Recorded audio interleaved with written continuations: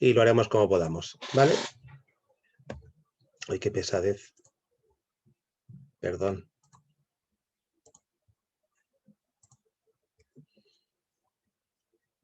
Vale, pues lo haremos así. Primero de todo me quiero presentar. Yo soy David Briet, de Strems. Soy psicólogo infantil. Mi trabajo ahora mismo es ese, de trabajar de psicólogo infantil en un SAR, que ahora os explicaré lo que es, para quien no lo sepa. Y además estoy haciendo de psicólogo general sanitario en una entidad, en un centro privado, digamos, que se llama IPSIDE. Yo vivo y trabajo cerca de Barcelona. Concretamente IPSIDE está en Mataró. No sé si conocéis el sitio, pero está como 25 kilómetros de Barcelona, digamos. Y aparte de eso, pues explicaros un poco. Yo hice la carrera de psicología hace ya unos cuantos años y después lo que hice fue hacer básicamente tanto de primero de educador en un centro de acogida para niños y niñas que habían sufrido malos tratos y después ya empecé a trabajar como psicólogo dentro de un SAR. Un SAR es un servicio de acogida y de recuperación para mujeres que han recibido violencia. Eh, Inicialmente era en el ámbito doméstico, luego ya fue violencia más generalizada de su pareja o así.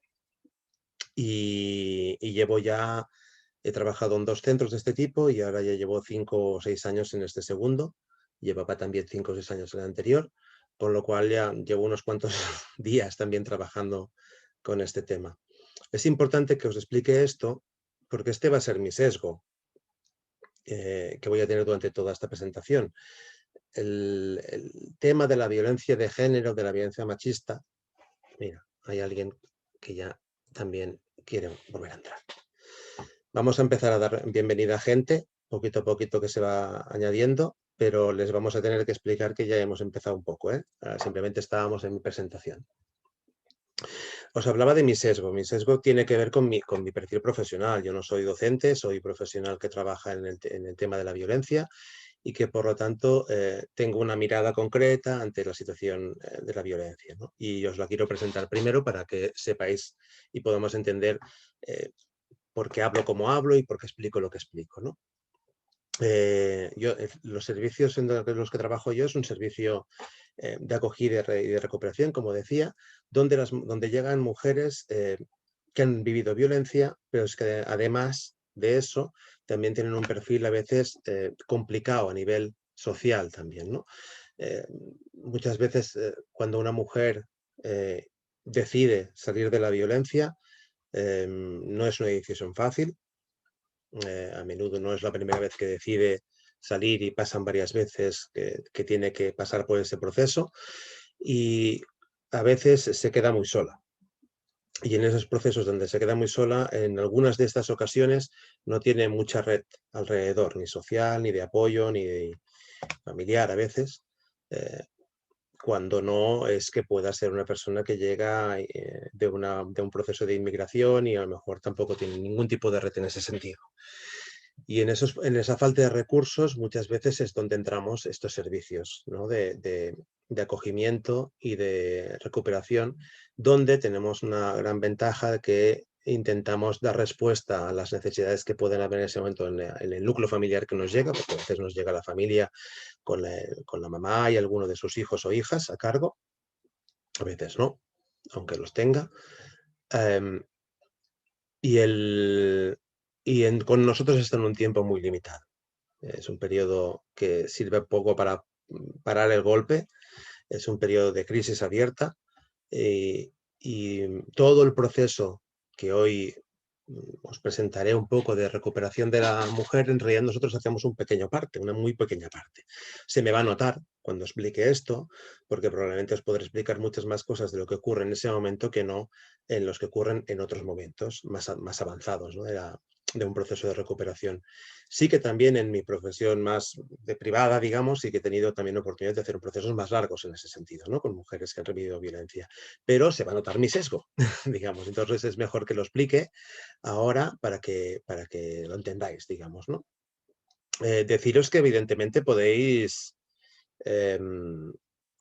cortar como sea. Ahora yo lo que voy a hacer es simplemente hacer ahora yo me he presentado yo como persona, me he presentado como profesional, digamos, y ahora lo que quiero hacer es dos cositas más antes de empezar, una que tiene que ver con los agradecimientos, de poder decir, pues gracias a la Asociación Española de Trauma Psicológico, pues para invitarme para hacer esta charla, eso lo primero, a Manuel Hernández por haber pensado en mí y a Rocío por haberme invitado y guiado hasta hoy con todos los problemas que hemos tenido y por supuesto a todos los compañeros y compañeras del posgrado que estamos haciendo de Parcube, del modelo de Parcube, ¿no? Y también gracias, también sobre todo a las mujeres y a los niños y niñas con los que he trabajado, eh, porque me han enseñado mucho y me han enseñado que esto es muy complicado. Una de las cosas que quiero transmitir hoy es que esto de la violencia y esto de salir o entrar en la violencia es de una enorme complejidad y que cualquier intento de hacerlo más sencillo y de explicar explicaciones de estas que habréis oído mil veces, ¿no? De por qué una mujer se queda en una situación que es claramente tóxica y no sale y se hacen lecturas absolutamente lineales y fáciles, cuando esto de fácil no tiene nada y es una situación muy, muy, muy, muy compleja, ¿no? Para mí uno de los objetivos que tengo hoy es justamente mostraros un poco un boceto un boceto incluso de esa complejidad em, para que nos pongamos en una situación un poco más crítica. Crítica no de ser criticones y criticonas, sino de crítica, de poder decir, entender que la situación de una persona que está viviendo una situación de violencia no es nada fácil. Ni para explicarnos por qué empezó, ni para explicarnos por qué se mantiene. Y ni siquiera para explicarnos cómo puede salir en un proceso largo a veces de recuperación, ¿sí? Con mucho dolor, con mucho miedo, con mucha culpa a veces y vergüenza. Antes de continuar, deciros que esto es como una charla, con lo cual os doy permiso, por supuesto, de poder preguntar, cortarme, podéis hacerlo, como decía antes, a través de la voz, estaría súper bien, pero también está bien si lo hacéis a través del chat. Yo leeré la pregunta, porque cuando se está grabando creo que no se puede leer el chat, con lo cual yo leeré la pregunta y bueno, como es una charla intentaré contestarla si me la sé, si no, pues diré que no me la sé, ¿de acuerdo? También es verdad que eso es un tema muy delicado. No es casualidad que la inmensa mayoría de veces que se hacen charlas de este tipo vengan mujeres. Hay muy poquitos hombres que vengan a las charlas. Em, También tiene una explicación probablemente, compleja también. Y por lo tanto, cuando digo que es un tema delicado, quiere decir que muchas de las personas que vivimos en cualquier país, digamos, hay un porcentaje bastante alto, teniendo en cuenta que que es una situación social que ha vivido algún tipo de malos tratos. A veces puntual, a veces de un momento agudo y otras personas pues de una manera más crónica, digamos, ¿no? Incluso con diferentes protagonistas, a veces incluso empezando en la infancia, ¿no? Por lo tanto, al ser un tema muy delicado, aquí tengo que deciros, y os lo digo así, ¿no? Tenéis permiso, igual que habéis tenido permiso para entrar, tenéis permiso para apartaros y salir un momentito, volver a entrar, pedir, pedir lo que sea, digamos, para que os sintáis cómodas hablando de este tema. Yo intentaré también ser muy respetuoso eh, para tratar el tema, digamos, ¿no? Em, Deciros también que esta charla es sobre la violencia de género y el modelo Parcube, pero que también me han anunciado, que también es verdad que es importante, que el día 11 de junio creo que se hará también una que tiene que ver con las consecuencias entre la violencia en los niños y en las niñas, ¿no? A pesar de que mi sesgo como psicólogo infantil en el SAR será que alguna vez si me hacéis alguna pregunta sobre esto yo voy a ir, me intentaré frenar para darle espacio también de que el día 11 el tema sí que será en los niños y las niñas, ¿no? Aquí en el fondo también serán los niños y las niñas, ya lo vais a ver, porque en la mayoría de casos, y en el lugar donde yo trabajo es así, el porcentaje de mujeres que tienen una convivencia larga con la violencia, incluso ya en su infancia, en su núcleo familiar de origen, es muy grande. Con lo cual, también en el fondo estaremos hablando de niños y niñas Digo niños porque también probablemente los agresores también han tenido una vida no muy fácil. Aquí hablaremos de las mujeres, que son éticamente donde nos hemos situado cuando hemos trabajado con las mujeres víctimas en UNSAR en los lugares donde estemos trabajando con ellas, ¿no? Y, y tenéis permiso para interrumpir, por supuesto. Es decir, cualquier persona en cualquier momento, si quiere hacer alguna acotación, alguna pregunta, lo que sea, pues evidentemente tiene permiso para poder hacerlo. Bien, como ya os he dicho que era la primera vez que hacía de docente, el otro día cuando hicimos la prueba esto funcionaba perfectamente, pero hoy veo que no puedo hacer la presentación, como decimos en Cataluña, com de humana, con lo cual lo tendré que hacer así a saco. Lo siento, pero haber fichado a un informático. Bien, es que se va a ver muy mal esto. Dejadme probar simplemente que voy a hacer una pausa en la grabación porque me gustaría probar de que esto funcionase bien, porque si no será pues adelante.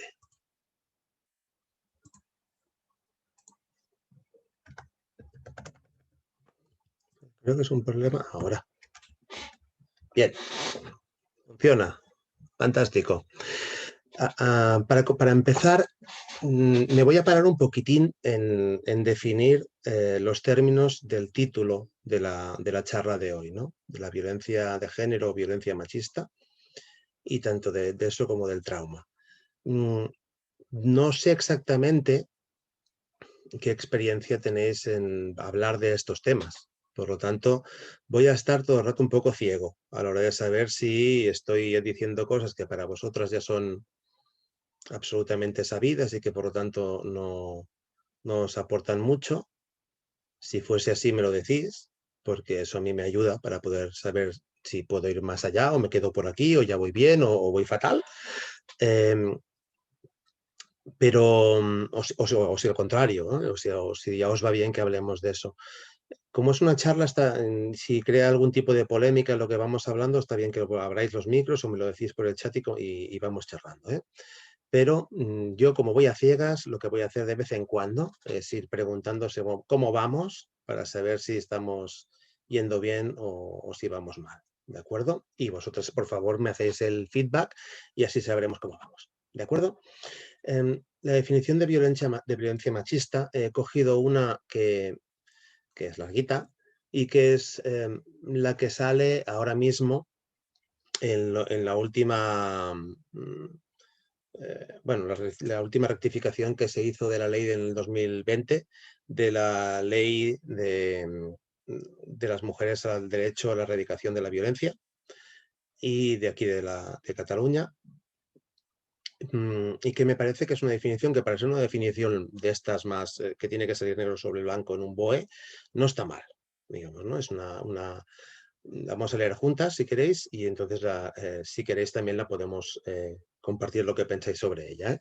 Se trata la definen como una violación de los derechos humanos a través de la violencia que se ejerce contra las mujeres como manifestación de la discriminación y de la situación de desigualdad en el marco de un sistema de relaciones de poder de los hombres sobre las mujeres, y que producida por medios físicos, económicos o psicológicos, incluidas las amenazas, las intimidaciones y las coacciones, tienen como resultado un daño o un sufrimiento físico, sexual o psicológico, tanto si se produce en el ámbito público como en el privado. Esta última frase es quizás la más llamativa y la más importante en este sentido, porque en este ¿cómo diría?, equilibrio malentendido entre lo público y lo privado, todas las definiciones que se iban haciendo en relación a la violencia, fijaos que se iban utilizando términos, desde que se ha empezado a hablar del tema de la violencia contra las mujeres, se han utilizado términos como violencia doméstica, después ya se empezó con la violencia de género, ahora ya directamente se ha puesto como violencia machista. Yo estoy más de acuerdo en que se llame violencia machista y ahora explicaré por qué. Pero había un problema, que es que estaba circunscrito en el ámbito más privado, en lo que ocurría en el domicilio. Claro, eso excluía, y ahora ya no es así, todo lo que ocurre en otros lugares, no solo en el lugar de la calle, sino también en el trabajo, por ejemplo. Y en otras definiciones incluso ya se huye de la idea de la relación que tiene que haber entre el hombre y la mujer para que sea violencia. Esto es importante, muy importante, porque estas definiciones al final las hacemos desde un lugar cultural, no las hacemos desde un lugar biológico o las hacemos desde un lugar simplemente psicológico, no, las hacemos también desde un lugar cultural, desde nuestros propios símbolos y de nuestras propias expectativas de lo que se espera de un hombre y de una mujer. Y el hecho de que ahora ya se haya incluido las palabras como el ámbito público y el ámbito privado, pero también que se ha incluido directamente el tema de las relaciones de poder, por ejemplo, es decir, que se admite que hay una relación de desigualdad cuando debería haber una situación de igualdad, eso marca una tendencia ideológica, si queréis, digamos, ¿no? Eh, una tendencia ideológica que yo apuesto, con la que yo apuesto, ¿no? De hecho, ese paso de la violencia doméstica a la violencia de género se hizo en su momento como para decir, se hace la violencia hacia uno de esos géneros por el hecho de ser mujeres, no por cualquier otra cosa, es por el hecho de ser mujeres, y el cambio de allí, el cambio hacia la violencia machista, se trata simplemente de poder situar la responsabilidad en un lugar concreto, que es el machismo. Porque cuando dices violencia de género podría parecer que el problema es el género, cuando en realidad es el machismo.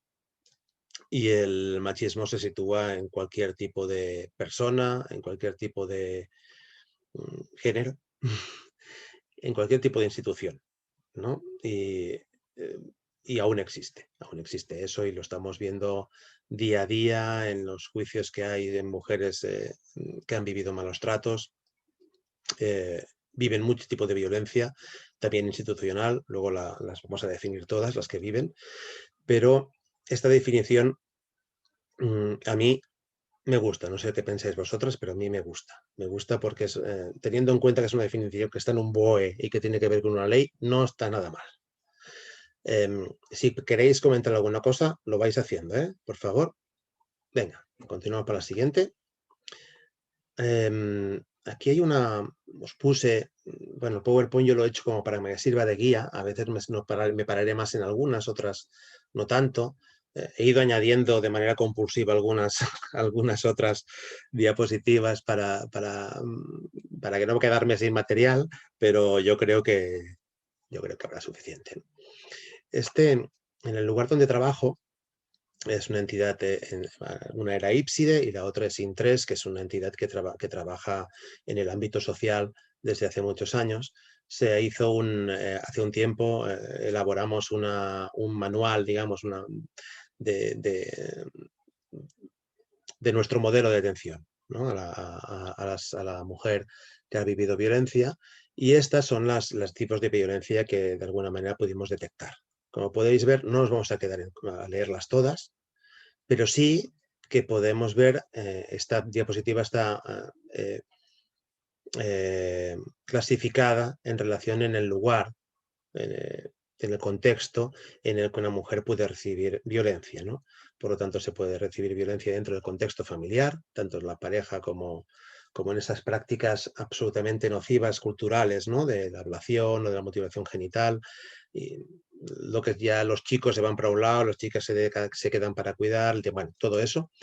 La violencia contra las mujeres en la comunidad, por supuesto, la más grave de ellas es el feminicidio, pero ese es el escalafón más arriba de la escala de violencia que luego veremos, pero hasta llegar allí hay muchísima violencia que se puede vivir, eh, y que simplemente puede ser el hecho de lo que se ha venido a llamar micromachismos, ¿no? Que tiene que ver con, yo no creo mucho en esos micromachismos, yo creo que el micromachismo es machismo, no hay micromachismo, hay machismo y punto, digamos, ¿no?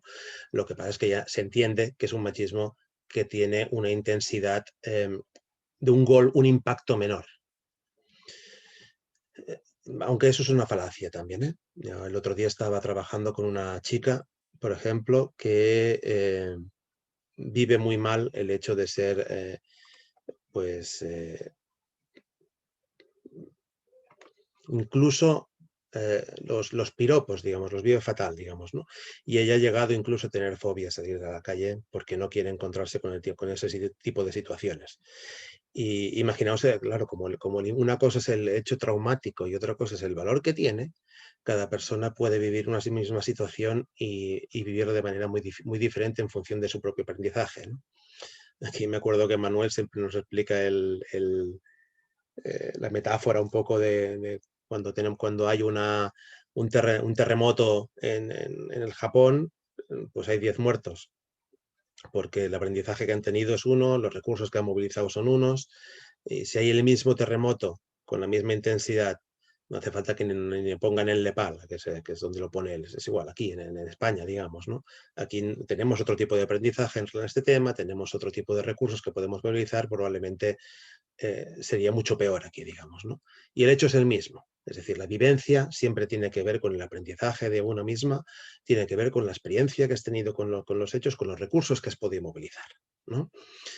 Bueno, más tipos de violencia a través del Estado, en conflictos armados y discriminación múltiple, que tiene que ver con esos añadidos que además, si eres mujer, negra, no tal, pues entonces es mucho más complicado, ¿no? Y esa es una realidad en la que trabajamos muchos en los servicios de acogida porque son las personas que tienen ese tipo de perfil, digamos. Vamos avanzando.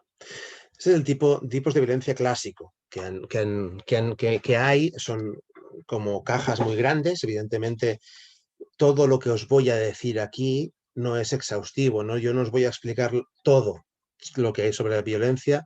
Puede ser que vosotros penséis en otras que no están aquí y me las decís y entonces yo las añadiré y todas ellas no tienen el mismo impacto, como hemos dicho antes. Pero sí que se puede hablar por lo menos de estos tipos de violencia, ¿no? La que tiene que ver con una violencia simbólica, que tiene que ver con la violencia que recibimos por el hecho de ser mujer, la psicológica, que va desde las humillaciones, el maltrato psicológico, los insultos, la física, que es la que al inicio de todo era la única que se podía valorar porque era la única que era visible, y no siempre. El tema del control social, sea a través del control de las amistades, del control del contacto con la familia de origen, eh, el control, ya lo veremos a través de las TIC, ¿no? de los móviles, por ejemplo, del control del WhatsApp, del Instagram, de las fotos, de ese tipo de cosas.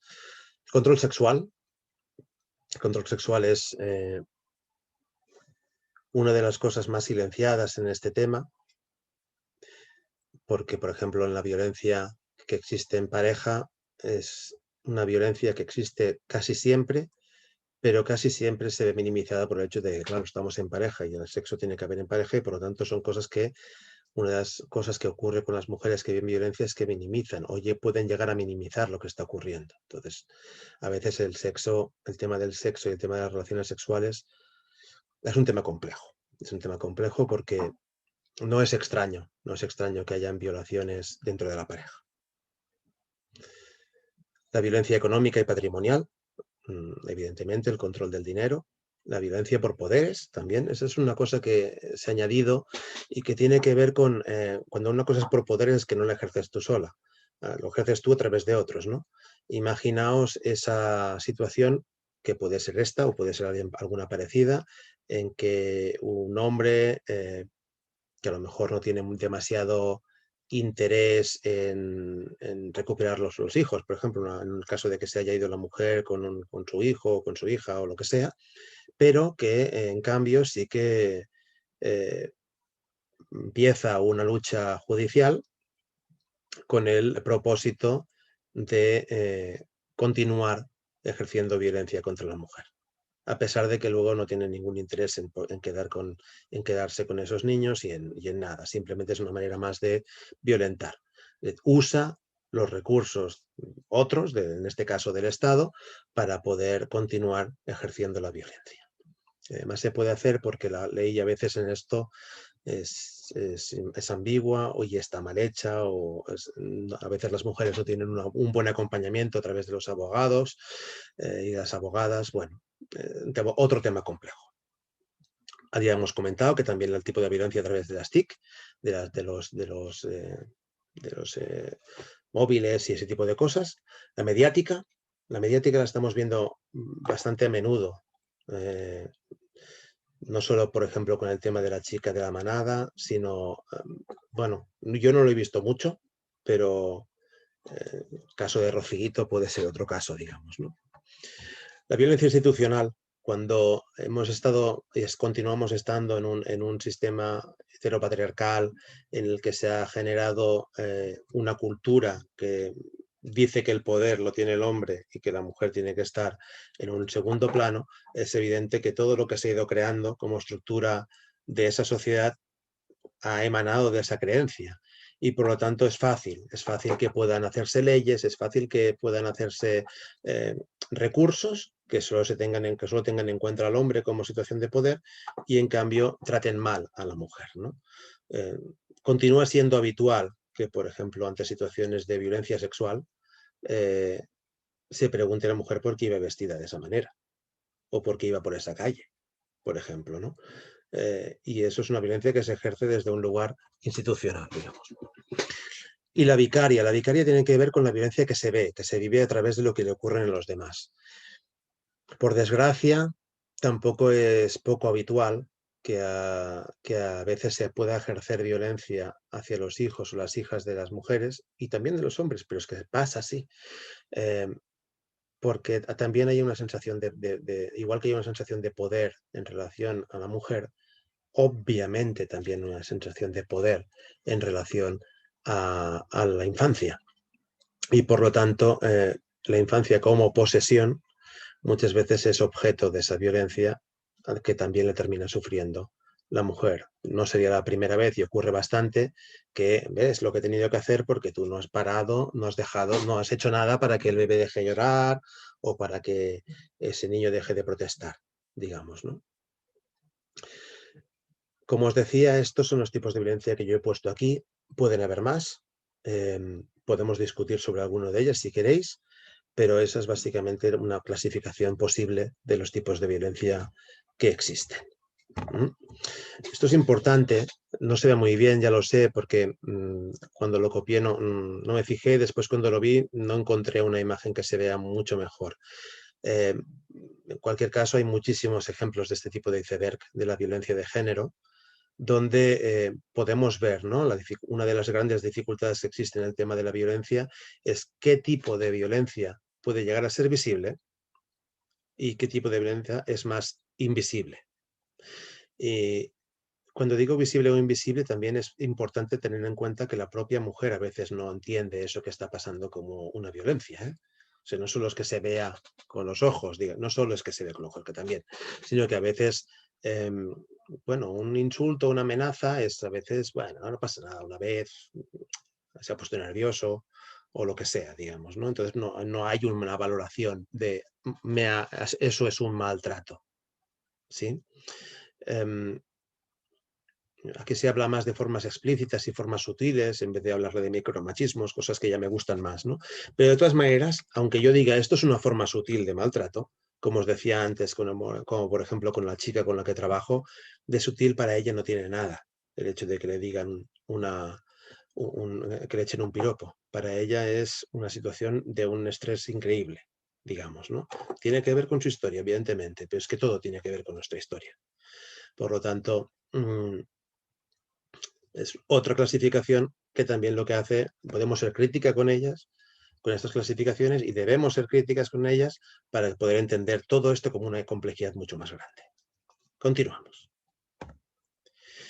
Más o menos hasta ahí la definición de lo que es la violencia machista, que he terminado llamándole así.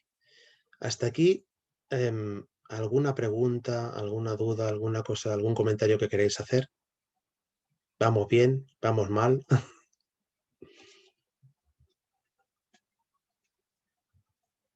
Con un tira adelante, David, es suficiente, ¿eh?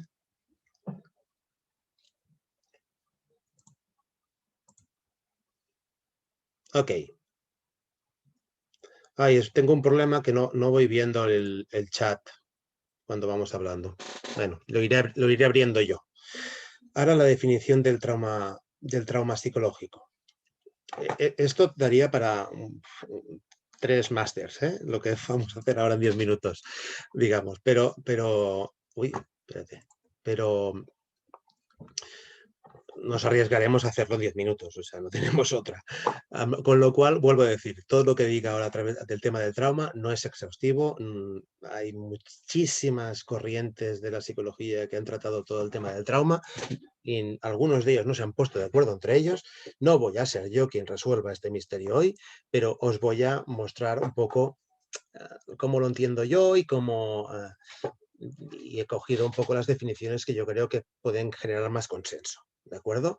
Eh, Pensar que cuando una palabra que es una palabra como estrés o trauma o cualquier tipo de palabras que traspasa el campo profesional y se va a todos los campos, después tenemos un problemón enorme porque todo el mundo la usa y todo el mundo la usa mal.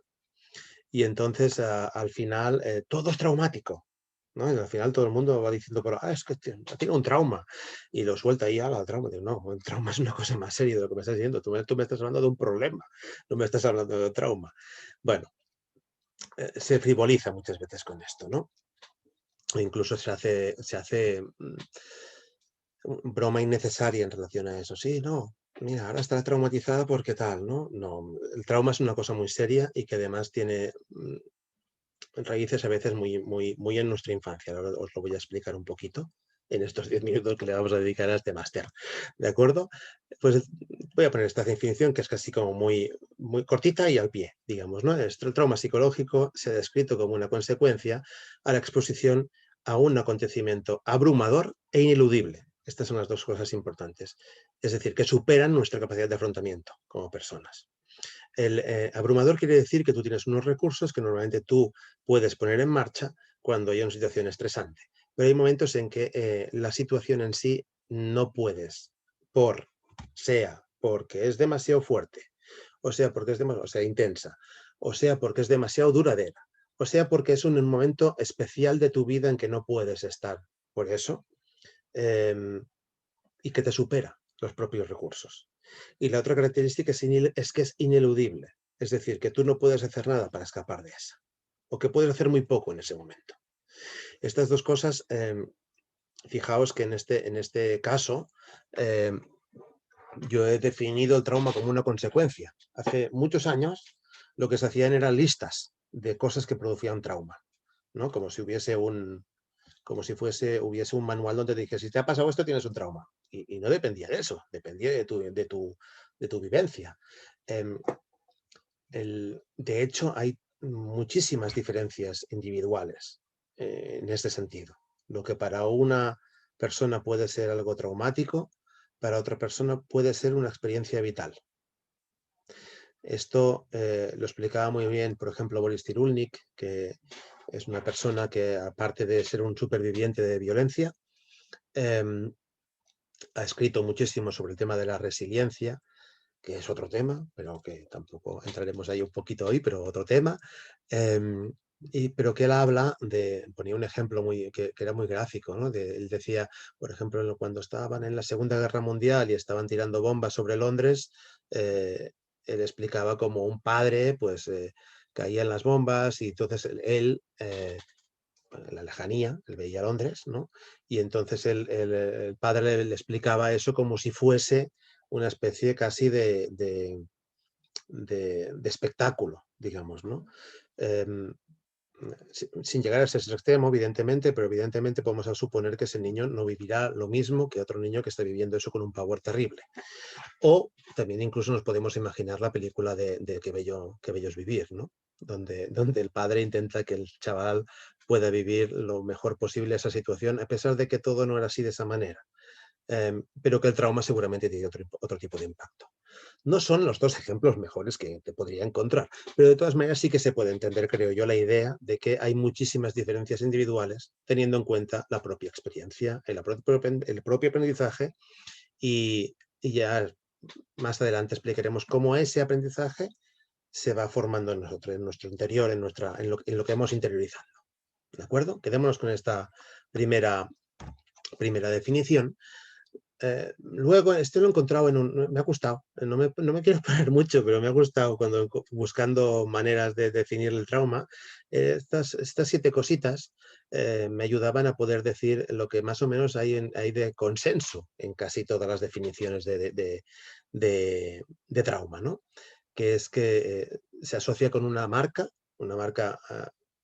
que queda en el cuerpo, que esto es lo importante, que queda en el cuerpo, que quede en el cuerpo porque no hay otra manera que quede en otro lugar, porque somos, eso de la mente y el cerebro y el cuerpo, son lugares desde donde se mira la realidad, pero todo ocurre en el mismo lugar y en el mismo sitio, que crea una sensación de alienación y aislamiento, eh, porque al final te sientes que no tienes esos recursos para movilizarlos, que inevitablemente tiene un repliegue emocional y afectivo, y que terminas cuestionándote a ti misma.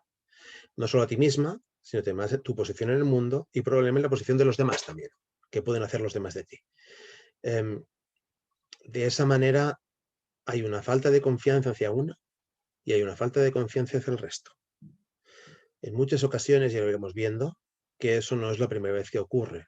En muchas ocasiones, tal como ya hemos dicho y continuaré diciendo algunas veces más, la situación de violencia no es una situación que tiene que ver solo con la pareja, sino que es una situación que ya se ha vivido anteriormente y en muchos casos, en un alto porcentaje, al menos de las que tenemos nosotros en nuestro servicio, hay violencia ya en el núcleo familiar de origen. ¿De acuerdo? Estos 2 últimos puntos, el 6 y el 7, son los puntos de que de alguna manera nos ayudan a entender qué es lo que podemos hacer cuando hemos vivido una situación como esta, que es que tienes la necesidad de reconstruir lo que ha ocurrido y de rellenar los espacios, yo diría vacíos, que es una de las palabras que saldrá hoy, eh, bien, para buscarle un sentido a lo que tú estás viviendo. ¿Vale? Nos tenemos que explicar la misma historia, como decía la frase de la presentación mía, que no la he leído, pero que nosotros nos explicamos las historias de lo que somos y lo que tenemos que hacer mucho es intentar, espérate que hay un mensaje, y entonces yo voy entrando. Sí, exactamente. Trauma viene del griego, que significa herida, es así, pero es cierto que con las heridas se pueden hacer diferentes cosas, ¿no? Y incluso un arte en Japón que lo que hace es pintar con oro las heridas que tienes como para darle un lugar en tu vida, digamos, ¿no?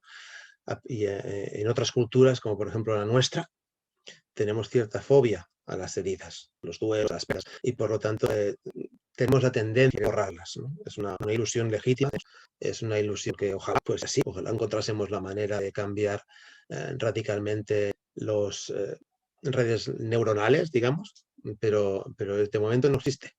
Y lo que tenemos que hacer es integrarlo eso en nuestro significado de otra manera, de manera que podamos por lo menos intentar que una situación traumática se pueda convertir en una situación de aprendizaje en la que puedas verte a ti misma como otra cosa diferente, que no sea solo una víctima, aunque te empieces siéndolo.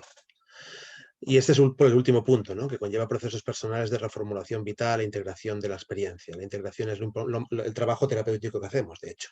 Es integrar todo aquello que ha quedado difuminado. Ahora entraremos en el tema de estar difuminado. Vale, otra definición que le he puesto por aquí. Este caso es de Virginia Mora, que es una experta en tema del trauma y que va diciendo lo mismo. La leeré muy rápido, simplemente pasaré por encima de ella, pero para que tengamos en cuenta también diferentes maneras en que se ha definido el término, ¿no?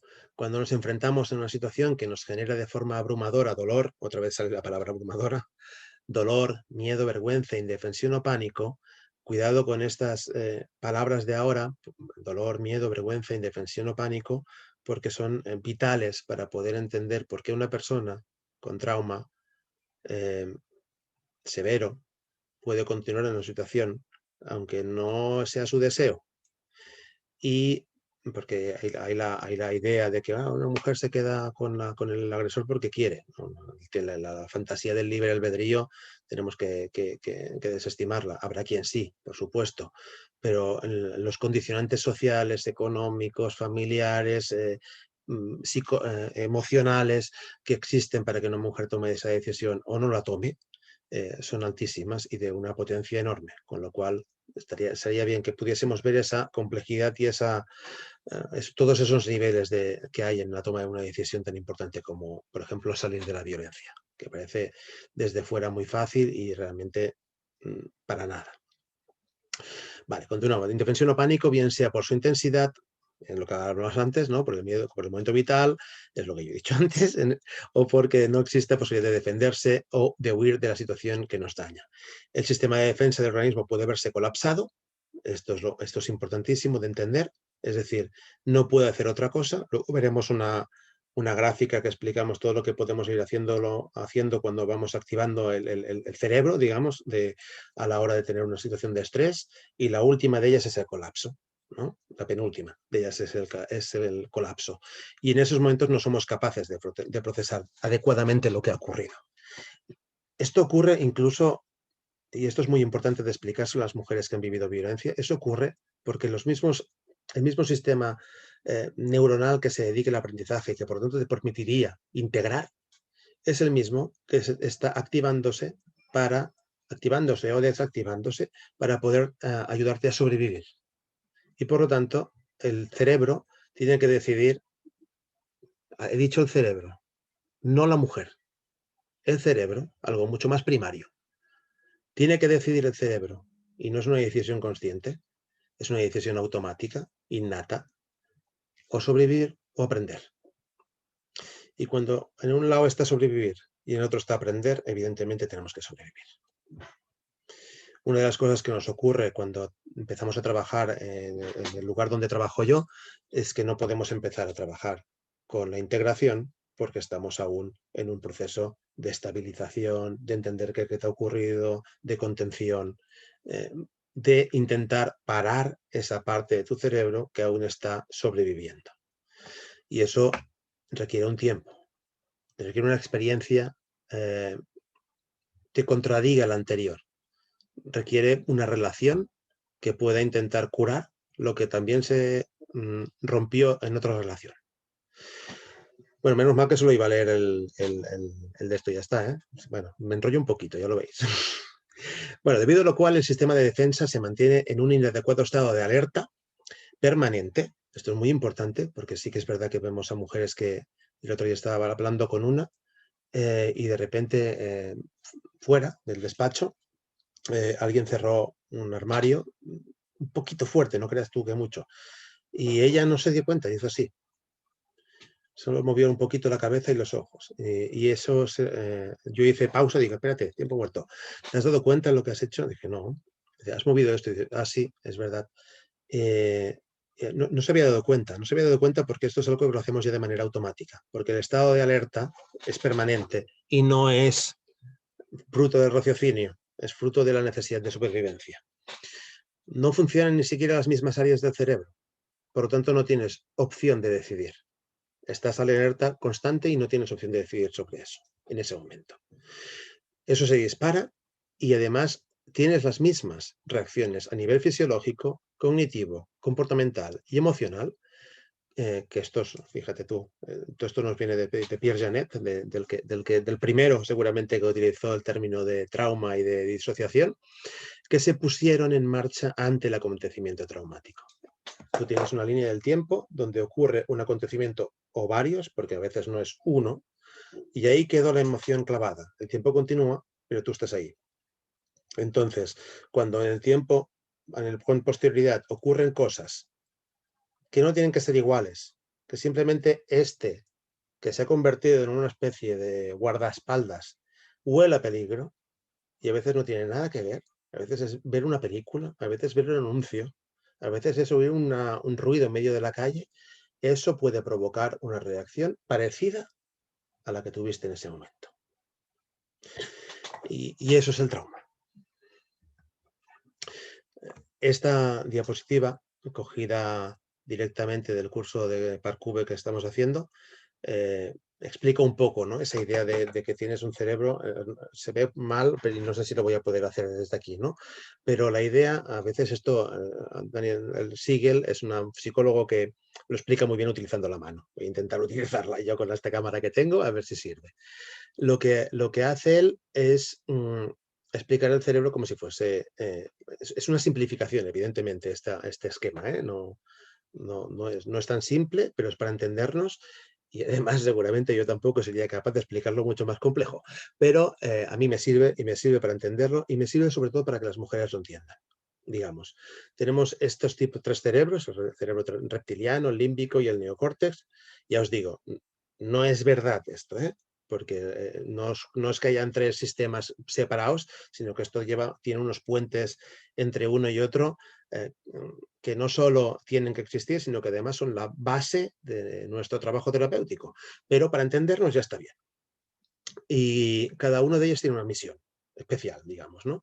El reptiliano, que es el que compartimos con la mayoría de animales, pues es el instinto y es el que se activa cuando hay una cuestión de supervivencia. ¿Sí? El límbico, es como si fuese este dedito de aquí, que queda dentro del cerebro, es el que tiene las emociones, las percepciones. No es consciente tampoco este. Este tampoco, sentimos, y a veces a las mujeres, a los niños con los que trabajo, decimos, tú sientes, no puedes decidir lo que sientes. Sientes lo que sientes. ¿Estás enfadado? Pues estás enfadado. ¿Estás triste? Pues estás triste. ¿Estás contenta? Pues estás contenta. No puedes decidir lo que sientes. Puedes decidir lo que haces con esa emoción, pero no lo que sientes. Y luego está esta parte de aquí, que es la que sí que ya de alguna manera los humanos sí que tenemos más desarrollado, que es el neocórtex. Cuando hay un trauma, hay esto. ¡Pac! Hay una desconexión, hay un corte. A veces yo les digo, lo siento, tú no pudiste decidir, no tenías opción, porque decidió este. Y además no solo decidió este, sino que ocurrió con suficiente intensidad y con suficiente durabilidad en el tiempo como para que este de alguna manera se haya conformado como una especie de guardaespaldas de ti y que reacciona aunque tú no quieras. Y a veces no sabes por qué. Y ellas me dicen, es verdad, a veces me pongo nerviosa, no sé qué, y no sé muy bien por qué. Es súper interesante y súper importante saber cuáles son los disparadores, pero no siempre lo sabremos. Pero es que es como funciona. Y por eso iremos hablando de este corte, porque eso es un tema básico para entender la disociación. ¿Vale? En esa disociación que estábamos hablando, la disociación tiene que ver con esa emoción que os decía antes, con la línea temporal que queda congelada y lo que esto continúa, esa emoción queda disociada, queda apartada del resto de nuestro self, digamos, ¿no? Y funciona como de manera autónoma. De manera autónoma. De manera que si esta parte de aquí detecta algún tipo de peligro, lo que hace es activarse, con independencia de lo que tú pienses. La parte terapéutica está intentar calmar a este guardaespaldas para poderle decir, vale, vale, ya sé que tú me quieres proteger, pero ya me encargo yo hoy, ¿no? Esta es la idea metafórica de lo que hacemos en terapia.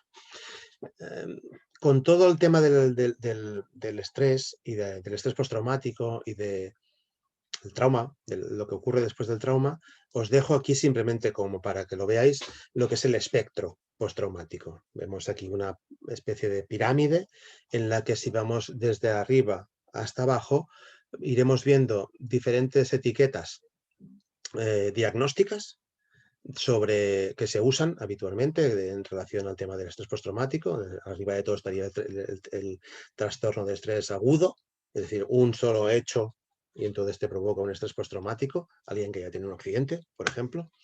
El estrés postraumático simple, luego tendríamos la amnesia disociativa, nos iríamos después estaría un apartado muy interesante que para nosotros es el trastorno complejo, el trastorno de estrés postraumático complejo, que tiene que ver con esa demanda de situaciones potencialmente traumáticas vivida no solo una vez, sino de manera continua, por ejemplo, en la infancia. A partir de esa vivencia se ha ido creando este término de estrés complejo postraumático, y lo que sí que ocurre es que en clasificación que vemos aquí, como más abajo estamos de esta pirámide, más disociación hay. ¿De acuerdo? Con lo cual es más complicado trabajar con él y es más lento. Es más lento. Es más lento porque tiene sentido, ¿eh? Si tú estás trabajando con alguien sobre algo que le duele y ha formado a través de esa experiencia y de ese aprendizaje un buen guardaespaldas que te está protegiendo, ese guardaespaldas no va a dejar que entre nadie en un lugar que duele. Entonces tenemos que calmar ese guardaespaldas para poder hacerlo. Ese calmar a veces dura meses. Algunas veces en nuestro servicio donde yo estoy trabajando, eso ni siquiera lo llegamos a ver, porque estamos en un momento diferente, estamos en un momento de estabilizar los síntomas. Continuamos. Esta es una de las, esta la he añadido hoy mismo, esta es la que viene, la he añadido hoy mismo porque es de un curso que estoy haciendo aparte también de violencias sexuales, pero es que me pareció muy bonita. Para entender lo que son las partes disociadas, eso que estábamos hablando de lo que ocurre, ¿no?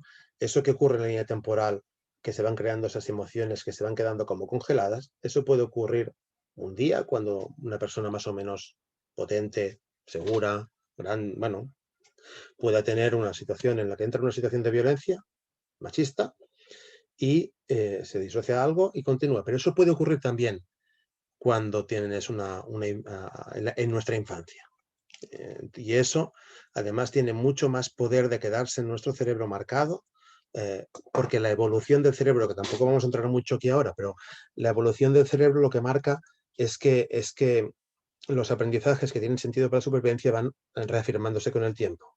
Y cuando empieza la poda neuronal a desechar las redes neuronales que no son fructíferas, que no sirven para demasiadas cosas, estas que sí que sirven para protegerse, se quedan. Y entonces cuando algo se queda, es más fácil que vayamos a usar lo mismo. Si alguien ha usado una estrategia de yo me lo como todo y me guardo mis emociones, no las digo a nadie, y eso tenía un sentido protector en su vida, eso va a quedar como un recurso, pero como un recurso que a veces se usa demasiado. Y ese es uno de los problemas que tenemos después, ¿eh? O al revés, si alguien ha aprendido que lo mejor para poder regular tus emociones es regular las relaciones con los demás, eso también lo terminas haciendo de una manera compulsiva y por lo tanto también es un problema. Pero en cualquier caso, poder ver que estas partes disociadas son niños o niñas internos que te hablan a través de tu cuerpo, que esto es súper importante, porque muchas veces no entiendes, porque cuando se crearon no había palabras. Y por lo tanto, lo único que había era el cuerpo. Y lo que te ocurre en el cuerpo son las palabras que no tenías en ese momento. Hay que decir que en el caso de la violencia, lo más común es que estas emociones que se quedan disociadas sean la rabia y el miedo, porque es muy potente el miedo que uno siente y es muy potente la rabia que no puede ser expresada. Entonces, la rabia que no puede ser expresada termina siendo vehiculada hacia afuera o también hacia adentro, a través de la culpa y ese tipo de cosas.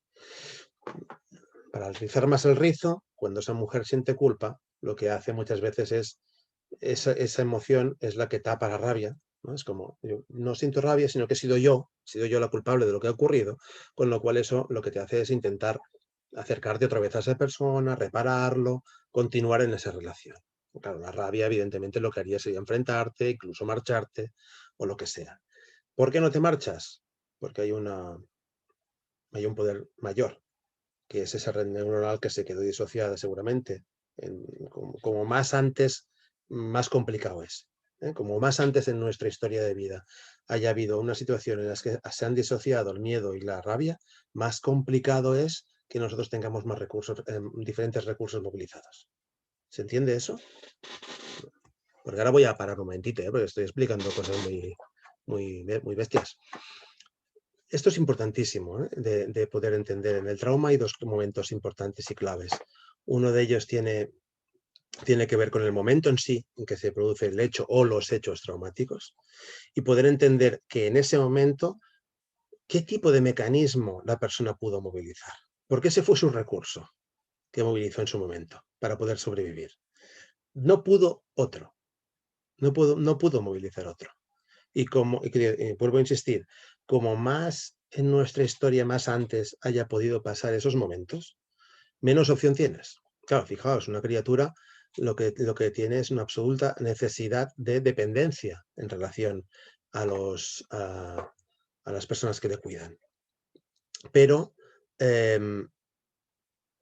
y eso hace que en ese momento no tengas opción de poder escoger.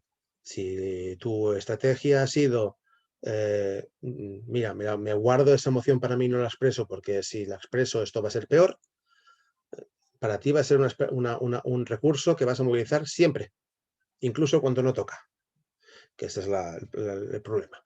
Y si has aprendido con lo contrario, que tienes que acercarte y calmar a esa persona y te vuelves seductora o seductor, pues también lo vas a hacer y tendrá sentido en ese momento. El problema será que después ese recurso, cuando sea el único que realmente se ha movilizado, no se va a salir de ahí, ¿vale? Y esta frase me gustó mucho, ¿no? Que es que tu organismo ha optado siempre por la mejor versión de ti mismo, de ti misma, en un contexto determinado. Es decir, que tenemos que tener un poquito más de confianza en el que hicimos lo que pudimos con lo que teníamos, ahora mismo también hacemos lo que podemos con lo que tenemos, y las mujeres con las que yo trabajo y las mujeres que han vivido situaciones de violencia hacen lo que pueden con lo que tienen y siempre están movilizando la mejor versión de ellas mismas. Lo que pasa es que no siempre es sencillo movilizarla, porque hay muchos condicionantes que se escapan de ellas, como hemos visto. Imaginaos, bajamos desde una cultura heteropatriarcal, luego veremos el dibujo del modelo ecológico, ¿no? Pero imaginaos todos los condicionantes que puede haber en la decisión de una mujer. Vale, voy a parar de compartir un momentito, porque ignoro si hay alguna cosa en el chat. No, de momento no hay nada más. Bueno, decirme algo en el chat. ¿Vamos bien? ¿Vamos mal? ¿Demasiado rápido? ¿Demasiado lento? ¿Alguna duda? ¿Alguna pregunta? Vamos súper bien. Qué bien. Oye, pues nada, pues continuamos. Venga. Espérate. A mí ya me va bien que me digáis cosas porque yo, como estoy aquí ciego y tal, no tengo ni idea de si lo que yo estoy explicando es un rollazo o es interesante. Entonces a mí me va bien saberlo, ¿eh? De verdad. Bien, en todo lo que os explicaré a partir de ahora van a salir estas cositas que ahora pongo aquí. El modelo transteórico del cambio de Prochaska y Di Clemente, que no sé si alguien conoce, pero que básicamente se creó para las conductas adictivas y tiene algún sentido que nosotros lo tratemos aquí ahora, porque las conductas adictivas tienen que ver con algo que en algún momento generó un placer y que después generó un problema. Y en algunos momentos las relaciones que se vuelven tóxicas, en algún momento generan placer. Yo siempre les digo, tanto a las mujeres como a los niños y a las niñas con las que trabajo, va genial, ¡ay, qué bien! A las mujeres y a los chicos con los que trabajo, siempre les digo que si ese hombre o ese papá fuese un monstruo, todo sería mucho más fácil. Pero que resulta que también nos hemos vinculado con él. Y a veces nos hemos vinculado de la única manera que hemos podido hacer, porque es nuestro aprendizaje, pero que estamos vinculados afectivamente a esa persona. Y que por lo tanto lo que estamos muchas veces es enganchados y enganchadas, concretamente hablo de ahora de las mujeres que han vivido violencia, están enganchadas de alguna manera al recuerdo, a la esperanza de poder vivir a esa situación que sí que fue inicialmente seguramente placentera. Placentera porque le hicieron caso, placentera porque se sintió escuchada, se sintió vista, se sintió bien tratada. Y si solo fuese eso, estaríamos hablando de una mujer bien tratada y de una pareja buena, suficientemente buena para los dos. Evidentemente, en las situaciones de malos tratos no pasa. Pero este modelo transteórico del cambio nos ayuda a entender en qué momento estás en cada momento. Y os lo explicaré un poquito más adelante, pero para que veáis qué saldrá. El modelo ecológico. El modelo ecológico es uno de los modelos que trabajamos siempre cuando trabajamos violencia. ¿Por qué? Pues porque claro, ecológico ya se ve que es una cosa como muy grande, ¿no? Es la ecología o lo que sea. Pues el modelo ecológico de Uri Bronfenbrenner es un modelo muy antiguo, pero es un modelo de los que son holísticos, de los que tienden a intentar ver que los procesos en los que nos ponemos los seres humanos son de una enorme complejidad y que tienen muchos niveles de complejidad, ¿no? Y el modelo ecológico os lo presentaré después, con la excusa de una historia que os explicaré, em, pero que también saldrá. La teoría del trauma, ya hemos hablado un poquito de ella. La teoría de la resiliencia y de la movilización de recursos, importantísimo. Cuando salió el tema de la resiliencia fue una luz para todas las personas que trabajamos con el tema del trauma. También es como todas las luces tiene sombras. Para mí la gran sombra es creer que la resiliencia puede con todo. Yo siempre lo hablamos a veces que uno es resiliente hasta que deja de serlo. Y tiene que ver con los recursos y tiene que ver con lo que has vivido con que hay cosas que no hay quien lo pueda aguantar. Y por lo tanto, no se es resiliente siempre y lo importante es ver que nadie te lo pide, que hay cosas en que no puedes y punto. Y entonces pues tu cuerpo dice basta y además tu cuerpo dice basta tú y probablemente 99 de cada 100 personas dirían basta también. La teoría del apego y del amor romántico, que son dos cosas diferentes, pero que yo les he puesto en la misma línea por un motivo, que es que la teoría del apego tiene que ver inicialmente con el vínculo primario que creamos con nuestras figuras paternas y maternas en nuestra infancia. Eso, como ya os he dicho antes, por un tema del desarrollo de nuestro sistema nervioso, tiene tendencia a quedar muy marcado. No es absolutamente determinista, pero sí que queda muy marcado. Y em, la teoría el tema del amor romántico no lo explico ahora porque lo explicaré con mucho más detalle después. La teoría de las capacidades parentales, de alguna manera, también está muy presentes tanto en mi trabajo, porque una mujer que queda mm, tocada por la violencia, herida por la violencia, eh, se hiere en todas sus áreas de intervención, en la profesional, en la personal, en la familiar y en la rol de madre. Y por lo tanto también eso pasa. Y también hablaremos evidentemente del modelo Parcube, que a mí me gusta mucho porque es un modelo que de alguna manera también tiene esta aproximación a los problemas de una manera muy holística, que tiene en cuenta muchos factores, y en un problema tan complejo como este, un modelo que tenga en cuenta todos los factores posibles y que a partir de ahí sea tan sencillo de explicar como el triángulo del Parcube, para mí es un regalo en ese sentido, ¿no? Y además, de alguna manera, siempre yo he tratado mucho con el tema del apego, con el tema de la teoría polivagal, desde que ha ido apareciendo, y el tema de disociación, y que por eso para mí tiene sentido poder trabajar con el Parcube, aunque para mí está siendo un reto, también os lo digo, os presentaré el triángulo que yo he llenado con el tema del Parcube, pero está incompleto, creo yo. Tengo que rehacerlo y rehacerlo y rehacerlo, porque la psicología no es una ciencia exacta, por suerte. ¿Vale?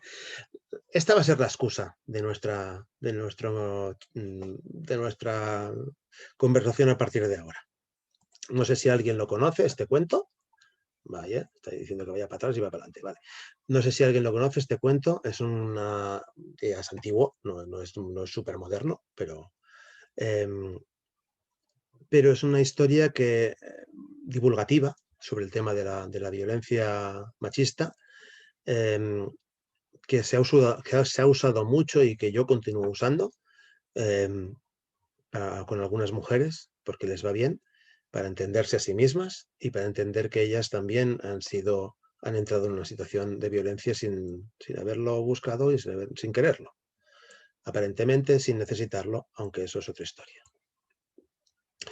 Por lo tanto, Rosalind Penfold, que es un seudónimo, me temo, de alguien que hizo esta historia, explica su propia historia de cómo transitó por la violencia y marca mucho todas estas cosas que hemos dicho hasta ahora. Es muy paradigmático de todo lo que hemos dicho hasta ahora y por eso creo que funciona tan bien. Os he puesto una de las frases que evidentemente que tienen en su contraportada para venderlo bien, que es una historia admirable, que describe como una mujer independiente e inteligente. En este caso parece ser que tenía un buen vínculo primario. No es el caso de la mayoría de personas con las que yo trabajo, ya os he comentado, pero puede verse atrapada en una relación con un maltratador. Así empieza la historia, ¿eh? Es una mujer que dice, ¿alguna vez has pensado que tú eres muy lista y puedes con todo? Pues, ¿y que no te podía pasar a ti? Pues ahora te explico yo. Em, bueno, y esta es la parte final, cuando la mujer ya se va de casa, donde el hombre le dice que nunca encontrarás un hombre que te quiera más que yo, que con eso ya está diciendo mucho sobre el tipo de vinculación que tiene y que busca. em, y ella, su respuesta es: no deseo un hombre que me quiera más, deseo un hombre que me quiera mejor. Que de alguna manera es un cambio de cómo te has explicado la historia que has vivido. Por lo tanto, es una historia terapéutica, ¿vale? Con la excusa de esta historia, yo iré añadiendo lo digo porque a veces este tipo de charlas es muy aburrida. Espero que esto la haga un poquito más amena. Eh, es mi intención, en cualquier caso. A ver si lo consigo. Esta es de las primeras páginas de la historia, donde ella explica, mira, esta es mi línea de vida y os voy a explicar mi línea de vida y cómo una parte muy pequeñita de ella resulta que tiene toda esta importancia y esta potencia, digamos, ¿no? Esta es una de las cosas que ocurre con el trauma, que tiene una potencia que va más allá. No solo porque parezca que ya han pasado 10 años, eh, bueno, más de 10 años, sí, en este caso está hablando de una relación de 10 años, sino porque además el peso que tiene después es muy grande, justamente por lo que va creando, ¿no? Por estas partes que van quedando disociadas de nosotros y que nos vigilan, que nos controlan y que están todo el rato chequeándonos para que tengamos al final un ataque de ansiedad, ese tipo de cosas. Bueno, esta parte me ayuda a explicar esto, que es el tema del apego. Iré rapidito, porque ya os he dicho que aquí tenemos, el tema es muy complejo, yo quiero dar un dibujito de todo, pero tenemos el tiempo que tenemos y esto es un trabajo de máster o de lo que sea, digamos, ¿no? Y no estoy ni capacitado ni tenemos el tiempo. O sea que voy a ir rapidito a explicaros 4 cosas sobre el tema del apego. Aquí en la parte del cuadro de abajo, a la izquierda, veis los 4 tipos de apego clásicos que hay. No os he puesto aquí otras clasificaciones que son mucho mejores, mucho más complejas, pero que igual aquí se me iba mucho, que no hacía falta, creo yo, para hacer esta charla, ¿no? Quien lo quiera leer, Patricia Crittenden tiene una aproximación al tema del apego mucho más complejo y probablemente mucho más detallado, digamos, ¿no? Que cuando el apego empieza en la infancia y luego cuando vamos cambiando hacia las figuras de apego hacia los iguales, lo que ocurre, cómo se va haciendo más complejo, a mí me gusta mucho, pero creía que no era necesario para estos momentos. Simplemente comentarios que existe, podéis ir a ellos, pero aquí es como que estos 4 que son los clásicos del apego seguro, que básicamente lo que quiere decir es que puedes transitar con cierta normalidad y con cierta asiduidad, por tanto con estrategias más evitativas o estrategias más controladoras y ansiosas, pero sin caer en el caos ni caer en la rigidez de una manera rígida, digamos, ¿no? De poder decir, tú vas transitando por ella sin quedarte. Eso sería un apego seguro, porque todos somos evitativos y todos somos ansiosos y ambivalentes. Lo que pasa es que los que se quedan mucho en un extremo o los que se quedan mucho en el otro son los que tienen esa tendencia a tener ese tipo de vínculo primario, ¿no? Ya os he dicho, uno es el seguro, el otro es el evitativo. Son las personas que de alguna manera han crecido aprendiendo que es mejor no mostrar lo que piensas o no mostrar lo que sientes y que eso te salvaguarda más que mostrarlo y que por lo tanto han tenido que autorregularse ellas mismas o ellos mismos. En el otro extremo estaríamos con las personas que han aprendido a gestionarse sus emociones a través de la relación con los demás y que por lo tanto son las personas que quizás, esto lo veo yo mucho con los niños con los que trabajo, en algunos de ellos o en algunas de ellas, que se han vuelto expertos o expertas en calmar a la bestia, que yo le digo, de que cuando había un conflicto en casa enseguida iban a calmar al papá, por ejemplo, ¿no? Y eso es una manera de gestionar la ansiedad.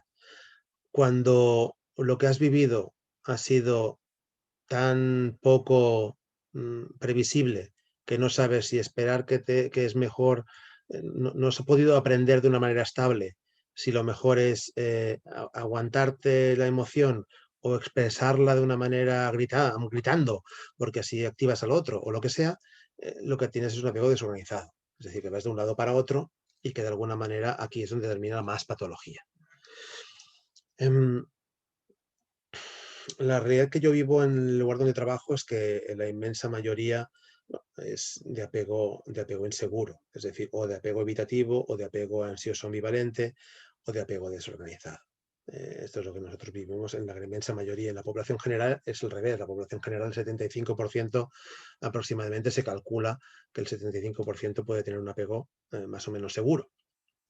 Esto es un continuo. Las categorías las ponemos nosotros. Esto es un continuo. Em, y yo diría que las mujeres con las que trabajamos que han vivido violencia en mi servicio, acordaos de mi sesgo, allí el porcentaje de vínculos ansiosos ambivalentes es muy alto. Es muy alto. Es muy alto.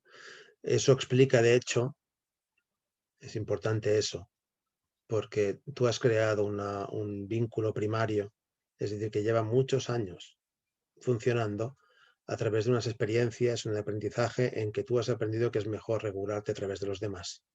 Cuando eso llega a la adolescencia y empieza la vinculación con los iguales, lo que puede ocurrir, de hecho ocurre en muchas ocasiones, es que de alguna manera tú tienes la necesidad de llenar un vacío, que luego saldrá muy gráficamente esa idea, con algo. Y cuando alguien se te ofrece diciendo yo soy esa persona, eh, normalmente vas, si tienes ese apego. Por lo tanto, eso es lo que explica el dibujo de la derecha, en la que vemos un apego preocupado, que sería este ansioso ambivalente, donde es posible que en muchos casos puede haber una experiencia traumática previa, infantil, un poco lo que os he explicado, y que eso, en relación al maltrato, lo que hace es convertirse en un círculo vicioso, ¿sí? Y terminando con un aislamiento psicológico, con una preocupación familiar, tienes una pareja ambivalente y una ansiedad por la separación. Esa ansiedad por la separación es la que muchas veces provoca que, a pesar de que puedas tener muchas evidencias de que estás en una relación tóxica, puede ser uno de los factores que te impida moverte de allí. Puede ser uno de los factores, de los muchos factores que pueden existir. ¿Alguien ha dicho algo? Sí. Ah, vaya. Vale. Alguien ha tenido que marcharse. Vaya. Sí, porque ahora estoy mirando y...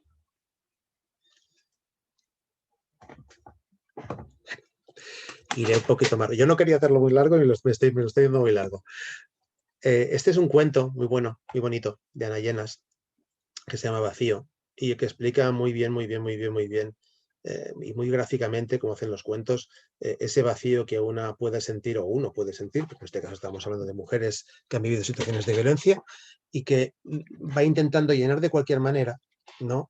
Y hay una frase genial, genial de este cuento, que es la última palabra, la última página de este cuento, en el que explica que después, evidentemente, de encontrar que el vacío tiene que ver con una misma y no tienes que llenarlo con cosas de fuera, ya has hecho un spoiler, ya lo siento, pues la última frase es la que es genial, que le dice, y no me acuerdo ahora la literalidad, pero la idea es que no vamos a dejar que desaparezca.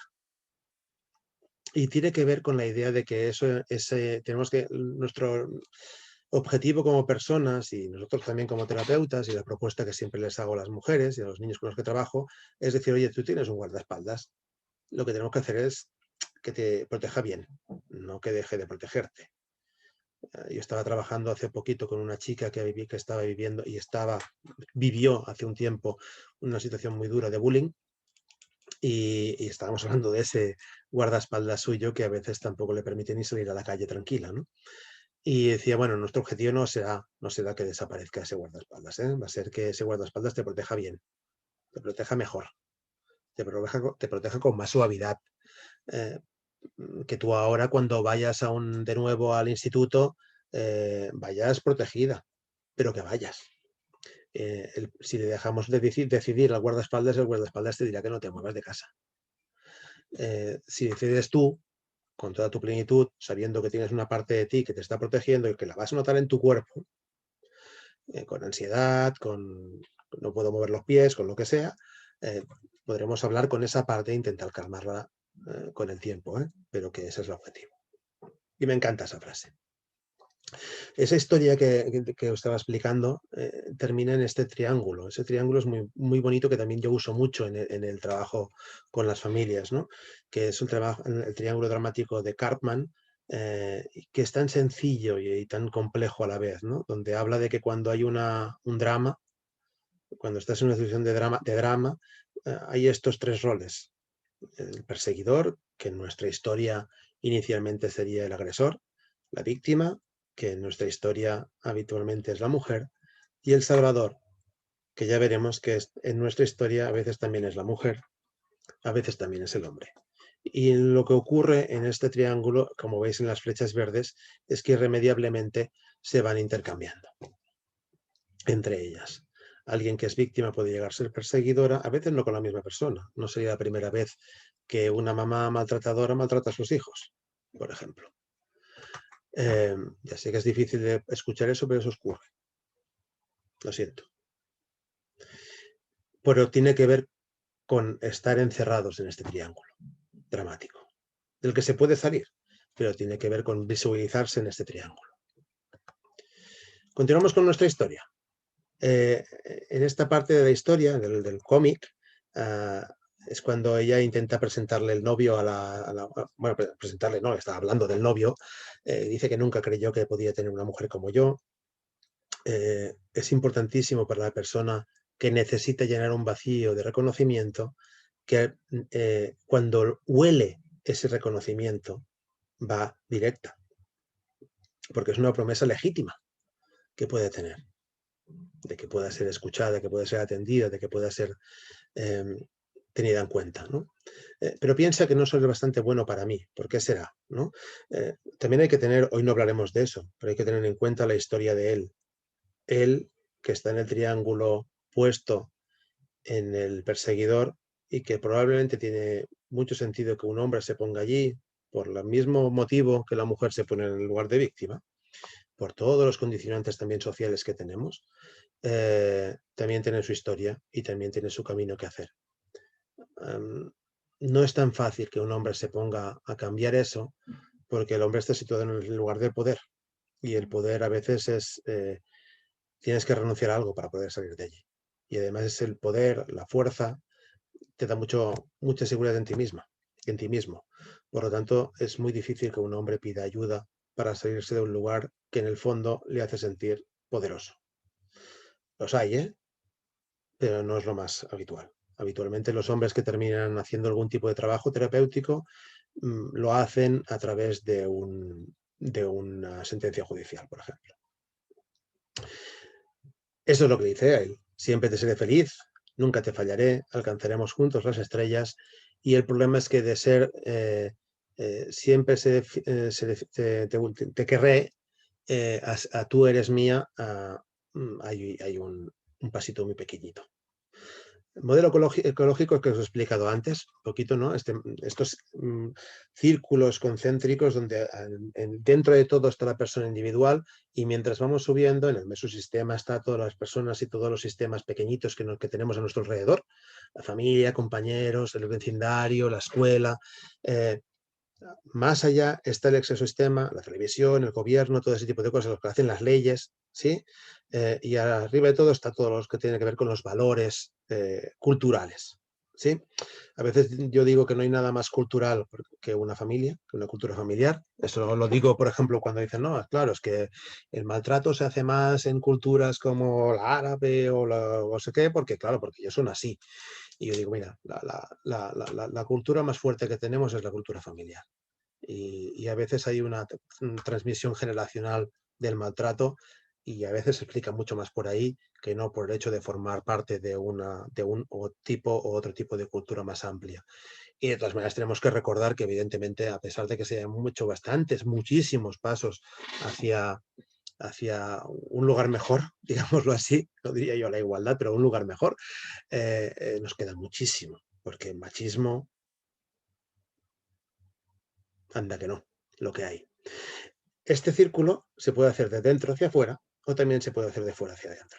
El feminismo lo que dice es que estas culturas, este sistema cultural de valores que se defiende, que es el heteropatriarcado, va bajando y también va cuestionándonos y poniéndonos como pequeñas trampas en cada uno de los sistemas del exosistema, a través de las leyes, en el exosistema a través de lo que se espera de un hombre y de una mujer en cada momento de la vida, a pesar de que ya no somos machistas en este país, solo hace falta ver, por ejemplo, un catálogo de juguetes para la Navidad para saber que el niño es azul y que la chica es rosa y a qué se dedica cada juguete. No entraré en temas infantiles. He dicho que no lo haría y no lo haré. El amor romántico, esto es importantísimo, es uno de lo que os he dicho antes que os explicaría. El amor romántico es el feminismo, lo que explica es que es una de las herramientas en las que se ha creado el puente entre esa cultura más ancestral y el cotidiano. El amor romántico es una cosa que sabemos, que es el mito, hay muchos mitos del amor romántico.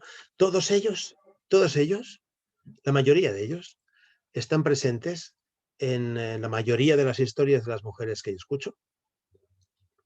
La mayoría de ellos están también puestos en el cómic con el que estamos haciendo hoy el viaje por todos estos factores que están incluidos en la violencia machista. Y no vamos a entrar en cada una de ellas, pero sí que es importante que los tengáis, si queréis hacer una foto de esto, porque os se puede encontrar fácilmente por internet. Yo no he pillado internet.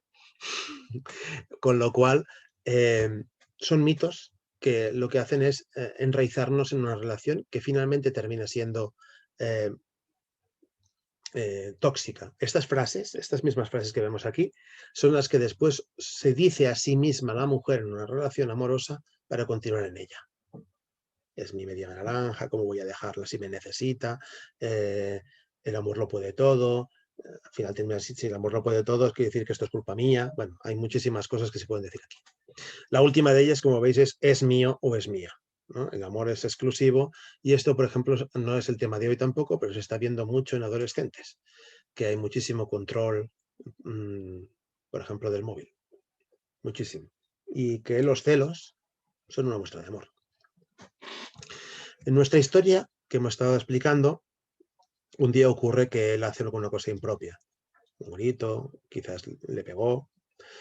Ella ha pasado una mala noche, pero él, cuando se levanta, ni se ha enterado.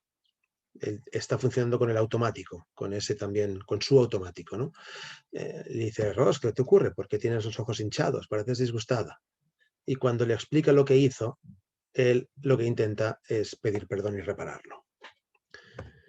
Esto es lo clásico del ciclo de la violencia. Este ciclo de la violencia, que lo sepáis, es una cosa muy clásica, se hizo en el 1979 por una persona que se llama Lenore Walker, y Lenore Walker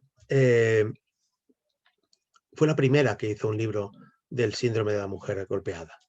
Así tituló su libro, The Battered Woman, y eso fue un antes y un después para todo el mundo.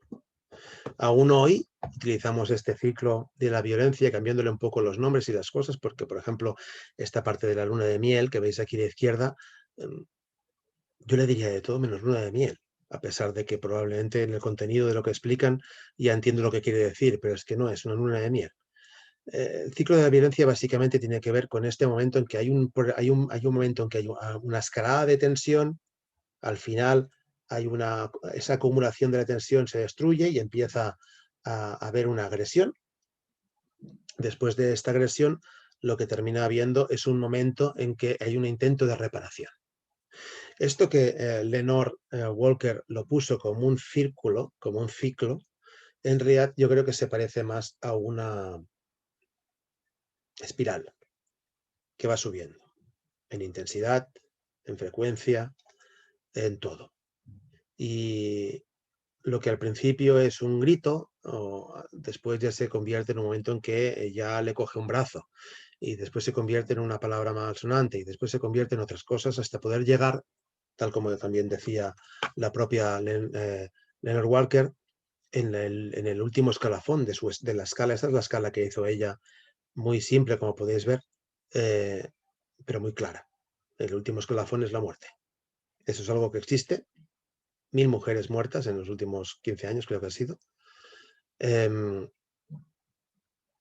hay que poder decirlo, pero no es la única cosa que pasa. Ella, con la visión que se tenía un poco más simple en ese momento, quizás puso las reacciones psicológicas, las verbales, las físicas, a la que se da mucho valor en ese momento. Ahora se han hecho cosas, voy tirando para adelante, ahora se han hecho cosas un poquito más elaboradas. Esto es un violentómetro, que este se utiliza en México, pero hay un montón de material divulgativo para formar y para sensibilizar sobre el tema de la violencia machista, donde se empieza a decir, que esto que quizás tú durante un tiempo has pensado que es lo normal o que no pasa nada, es violencia. Si quieres violencia, de las que te está diciendo que cuidado que esto no se parará aquí, que esto continuará. Quizás violencia de que te dicen, cuidado que aquí estás en riesgo. Al final, si no te mueves, eso sube hasta el último grado, ¿no? Pero son más elementos de reflexión. Aquí ya llegamos a un momento en que aparecen los celos, como podéis ver. Me pides que te traiga la cena como si fuese tu criado. Hablamos también de roles de género, evidentemente. Te pasas la noche coqueteando con otra persona y luego dices que qué pasa. El tema de los celos es algo importantísimo. A veces el tema de los celos es uno de los disparadores, es uno de los factores precipitantes de la violencia en la pareja, ¿no? Hay factores que son predisponentes, la historia de cada uno, pero luego, por ejemplo, no, es bastante común que, por ejemplo, un momento tan delicado como el embarazo puede ser el inicio de la violencia en muchos casos, porque dispara el miedo al abandono del hombre. Y alguien que le dispare el miedo al abandono, que eso puede ser incluso bastante ecológicamente entendible, si ha aprendido a gestionar el miedo al abandono de una manera extrema, puede ser muy peligroso y puede llevar a la violencia machista. Tiro, yo voy tirando, Bueno, esto lo he vuelto a poner porque os deis cuenta del tema de la espiral. Vamos subiendo en esa espiral. Y aquí empieza ella a preguntarse cosas, pero fijaos lo que se pregunta. ¿Cuándo aprenderé a no meter la pata? Es decir, está seguramente, esa es una hipótesis mía, probablemente no se está prohibiendo el hecho de sentir rabia y lo está sublimando con otra, sublimando no, lo está tapando con otra emoción más elaborada, quizás, que es la culpa, ¿no? Si pudiera ser más comprensiva, tal vez las cosas mejoren. A lo mejor no soy lo bastante atenta y por eso se comporta así, no es él, soy yo. Eso nos permite hablar de el modelo transteórico de cambio, de lo que os hablaba antes del modelo transteórico de cambio de Prochaska y Di Clemente, que lo sitúa, también es una espiral que se usa, como he dicho antes, en conductas adictivas, pero que vais, mira, fijaros aquí abajo de todo, la parte izquierda que habla de la precontemplación, que en el caso de la violencia, esto ha habido gente que lo ha cogido y lo ha adaptado, esto no lo he hecho yo, no es cosa mía, esto ha habido gente que lo ha adaptado a temas de violencia. Y entonces decían, bueno, pero el momento de precontemplación, ya lo dice la palabra, es cuando aún no lo ves, ¿no? Es cuando aún no ves que eso es un problema. Estás en una situación en que incluso puede ser que vaya muy bien, que quizás ha pasado alguna cosa, pero no es importante y que de alguna manera para ti no está siendo ningún problema lo que está ocurriendo. Luego viene el momento de la contemplación. Esto, evidentemente, lo pone como fases, pero la fase entre uno y otro, lo importante es ver que esto no es lineal. Como podéis ver, es una espiral y que además no solo es una espiral, sino que además en cualquier momento, como cualquier conducta adictiva, puedes volver atrás. Es decir, alguien que en algún momento determinado pueda estar en un estado más contemplativo, de que sí que pueda mostrarse un poquito más crítica hacia lo que está ocurriendo y decir, pues puede que ser que sí, que algo esté pasando y que no me esté yendo bien lo que está pasando, esa misma persona no tiene por qué ir hacia el mantenimiento. Se puede quedar en la recaída. Pam, caigo otra vez y vuelvo otra vez a la precontemplación.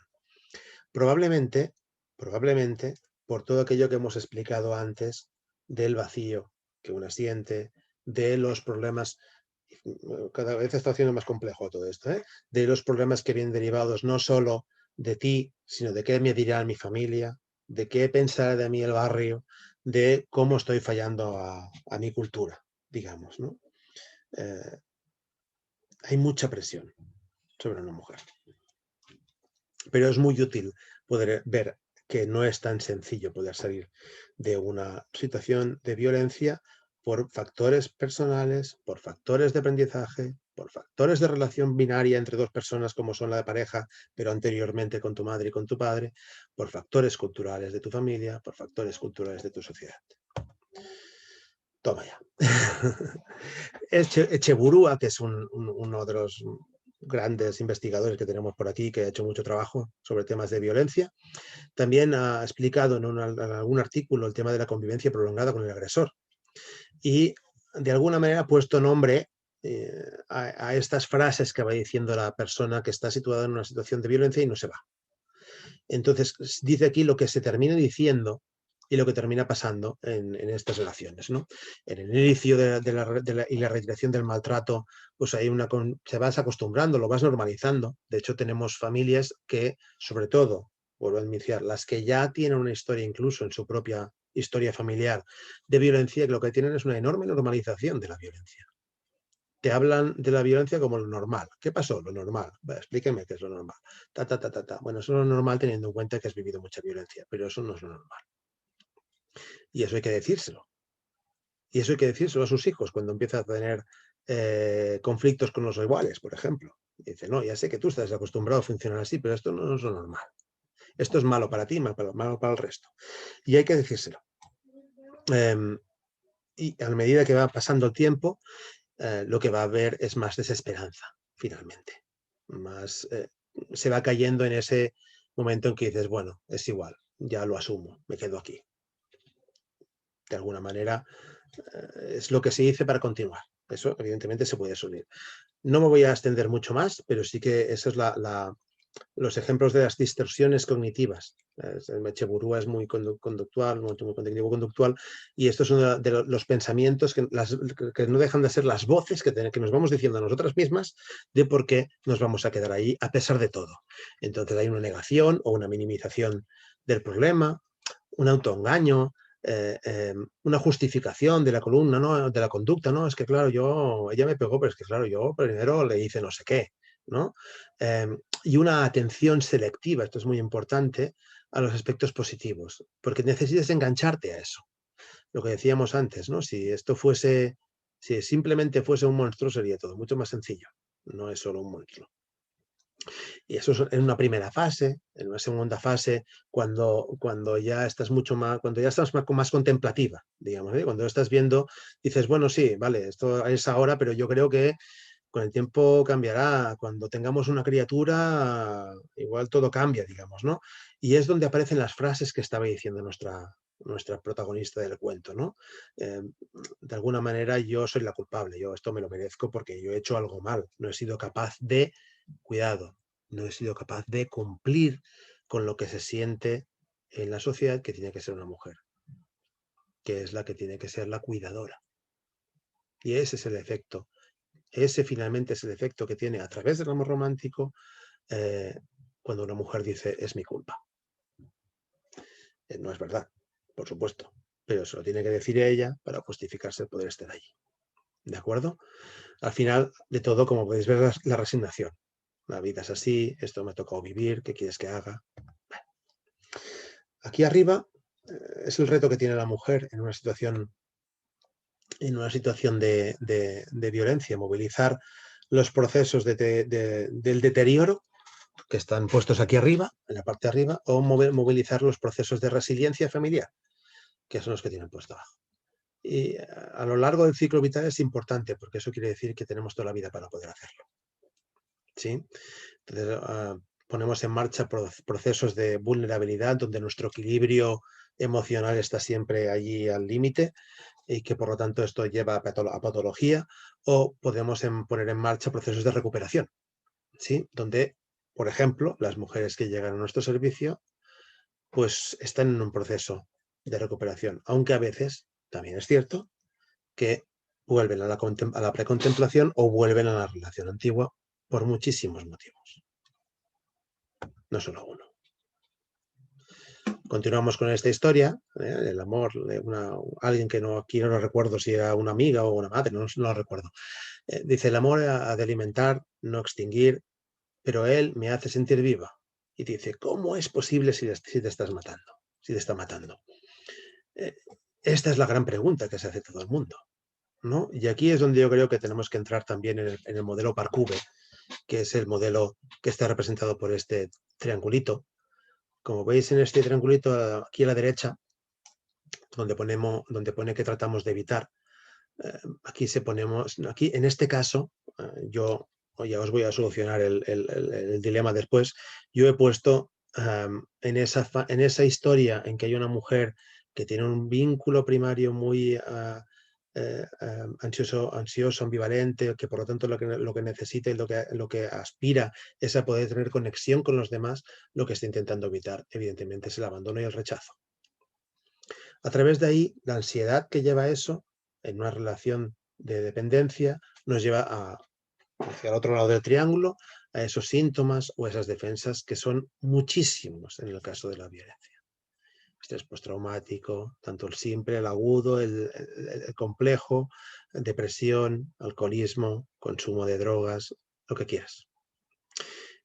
Cuando eso no funciona, nos vamos al triángulo del medio, que es cuando el cuerpo dice basta. Y ahí puede haber una enorme depresión, puede haber esa mujer ya que se resigna y ese tipo de cosas. Por último, la intervención que podemos hacer tiene que ver con estas dos vías que vemos en el triángulo, ¿no? Tenemos la obligación, la necesidad de atender importante a esos síntomas y a esas defensas, porque eso se nos desregula absolutamente, ¿no? Estamos en una situación en que nuestro cuerpo nos va diciendo que estamos mal, no nos enteramos muy bien de por qué y por eso terminamos teniendo ansiedad, tenemos insomnio, tenemos de todo, ¿no? Y eso tenemos que regularlo, porque hasta que no regulemos eso, no podremos hablar con calma con ese guardaespaldas que decíamos antes. Y en ese momento ya podemos empezar con el otro lado del triángulo, que es de la integración, que hay que trabajar muchísimo con el cuerpo, que hay que trabajar muchísimo con las partes disociadas y es un trabajo mucho más lento, pero que nos permite contestar a esa pregunta que hemos hecho antes, que es que ¿cómo es posible que continuemos? Pues porque estás intentando evitar de una manera muy grave, muy grande, muy extrema probablemente, una situación que es durísima. Voy a pasar un poquito, Este cuadrito nos explica un poco lo que decía antes. Pondré un cuadro donde pone todo el tipo de respuesta que tenemos ante una situación, que es desde el letargo, la calma, cuando nos activamos, luego ya huimos o luchamos, y luego ya viene el bloqueo y el colapso final, ¿no? Aquí solo lo he puesto, toda esta cosa, solo lo he puesto para enseñaros que en la parte de abajo de todo, en la última línea que pone integración, cuando estamos en hiperbloqueo o en hipobloqueo, es decir, cuando ya estamos saturados, cuando ya tenemos una historia muy larga de violencia, lo que no es posible es la integración. Por eso no podremos, es como hablarle, por eso cuando le hablamos a alguien que está en un proceso como en un momento de contemplación, de precontemplación, que no se ha enterado de que está en una situación de violencia, que está minimizando, que no conecta con eso, no puede.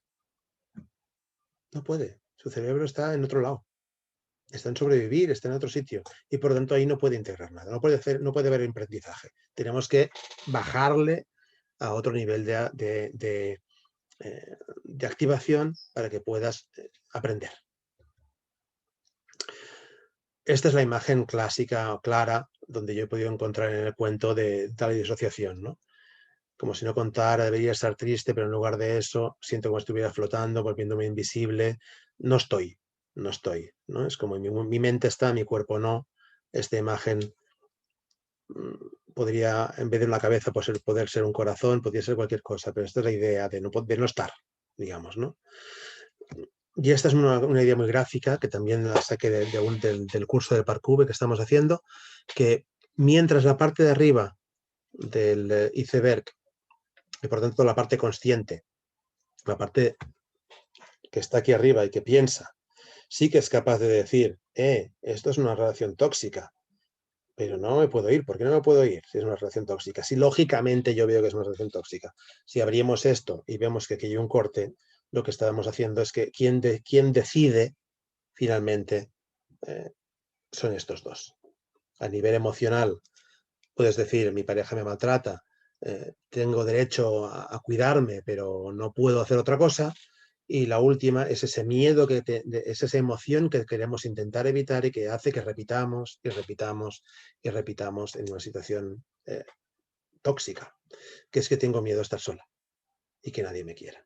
Y que a veces tienen unas raíces muy antiguas. Ya llegamos al final de la historia, por lo tanto ya descansaremos todas, mi voz también, que ya no tengo voz, que es el momento en que en esta historia, esto termina aquí, en esta historia termina aquí. Por supuesto, cada historia termina de una manera diferente. En este caso, al final va a la policía, empieza lo que ya sabemos que a veces no es fácil y que tiene que ver con una victimización secundaria, que es por dónde tiene que pasar una mujer para demostrar que ha vivido violencia. Y esto, desgraciadamente, es algo que tenemos que mejorar, porque no es bueno ni para la mujer ni para la sociedad. Y termino con explicándoos por encima, no voy a entrar en todas estas porque si no, simplemente lo he puesto. Todos estos son los programas que tenemos en marcha nosotros en nuestro servicio. Programas de contención emocional y atención psicológica, con lo cual atendemos mucho a esa primera parte, ¿no? de estabilización de síntomas y de estabilización de defensas. Es lo que os he dicho antes, que en mi sesgo pocas veces veo la parte de trabajo con las partes disociadas, porque en los 6 meses que están con nosotras no tenemos tiempo de hacer eso muchas veces, ¿no? Pocas veces, en cualquier caso. Algunas sí. El programa de atención social, porque en ese deterioro como mujer, al final has ido perdiendo, y a veces no tienes ni siquiera la capacidad, sobre todo si estás en un momento de estrés postraumático, de ir a pedir una ayuda, por ejemplo, ¿no? O una beca de comedor para tus hijos. Y como nuestra realidad es muy complicada y que tenemos también mujeres que vienen de otras culturas con un proceso de migración complicado, pues hay un programa de capacitación lingüística y digital, hay un programa de inserción laboral y de formación, hay muchas mujeres que vienen trabajando, pero por el traslado, porque cuando vienen a nuestros servicios que se han trasladado de su lugar de convivencia habitual, no se mueve él, se mueve ella. Tienen que volver a empezar o rehacer esa historia. El programa de tiempo libre, en ese perder, a veces pierden la gestión del tiempo y del placer, ¿no? Y entonces es como si nos encontrásemos cerebros sin serotonina, por decirlo de alguna manera. Y el programa de relación materno-filial, que obviamente también está para las mujeres que llegan al servicio con sus hijos e hijas, y que esto es otro mundo, que no tenemos tiempo hoy. Aquí pongo, pero que voy a pasar por encima, sobre los objetivos que nos planteamos cuando una mujer llega, y en el trabajo periférico con las emociones, pero muy pequeño, empezamos a trabajar con eso. Nombrarlo sí, porque se hace mucho desde la psicoeducación, eso baja mucho la ansiedad en las mujeres que creen que han sido defectuosas por el hecho de estar en una relación de malos tratos.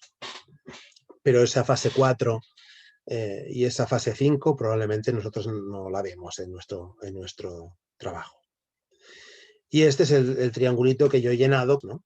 El miedo y el abandono y el rechazo con la mujer. Una relación de manera a veces muy impulsiva. Es el amor de mi vida desde el primer día. Eso en muchas ocasiones puede llegar a generar ese tipo de síntomas. No están todos los que genera, por supuesto, esto no es exhaustivo. Trastorno de estrés postraumático, ansiedad, depresión, agresividad también, somatizaciones, alcoholismo, consumo. Y en caso de colapsar el sistema puede haber complejo, incluso fibromialgia puede haber. Y el trabajo que se hace por la banda de los síntomas tiene que ver con, fijaos, en trabajo en esa actividad, habilidades sociales, gestión emocional y empoderamiento. Algunas de estas cosas tienen que ver con, si tú coges el triángulo de Karpman que hemos hecho antes, entre el salvador, entre la víctima y el perseguidor, si nos imaginamos siendo un buen perseguidor, si nos imaginamos siendo una buena víctima o si nos imaginamos una buena salvadora, probablemente podremos tener una persona cuidadora en vez de salvadora, pero que permite la autonomía. Podamos tener una persona que se sepa vulnerable, pero que tenga capacidades y recursos para poder hacer algunas cosas ella y saber cuándo necesita y cuándo no, en vez de una persona víctima, y tener una persona asertiva en vez de una persona agresiva en la parte de ser perseguidor, digamos, ¿no? Y en la parte de la derecha, pues todo el trabajo que hacemos con las partes, el trabajo que hacemos más con el hemisferio derecho, se puede hacer con las cartas, con las que trabajamos con el modelo Parcube, con caja de arena, con el sample, quiero decir, y se puede hacer de muchas maneras, de manera con el hemisferio derecho, pero pidiendo permiso mucho, esto insiste mucho también Manuel y creo que tiene toda la razón del mundo, a ese guardaespaldas, porque si no tenemos el permiso del guardaespaldas, el palacio está absolutamente prohibido. Y esta es la última imagen del cuento. El camino hacia la sabiduría, hacia la integración, diríamos los terapeutas, puede ser muy largo, pero es una opción.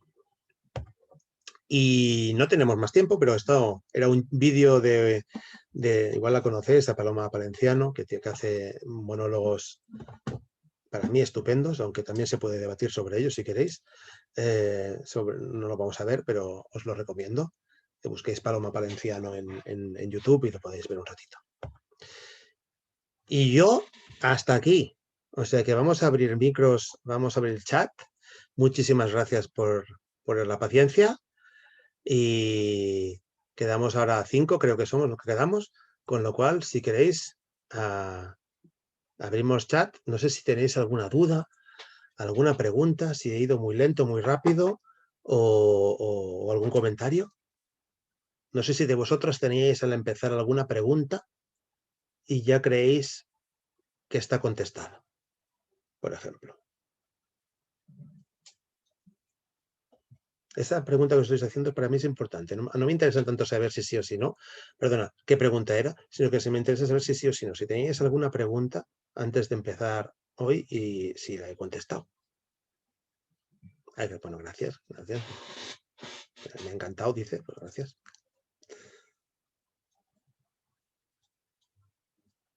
Espero que sí, Ángela, que podáis. Me comenta Ángela que dice que le ha gustado mucho la charla, que ha sido muy provechosa y le digo que espero que sí. Esa era mi intención.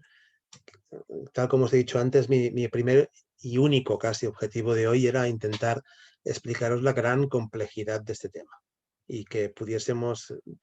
Saludos de Colombia, caramba. ¿Qué hora deben ser allí? Por la mañanica o casi tarde ya.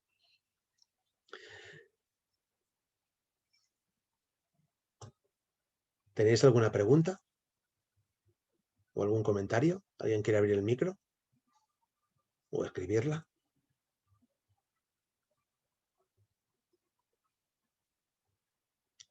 Que por cierto, muchos ánimos a la colombiana que estáis viviendo una situación muy difícil en el país ahora.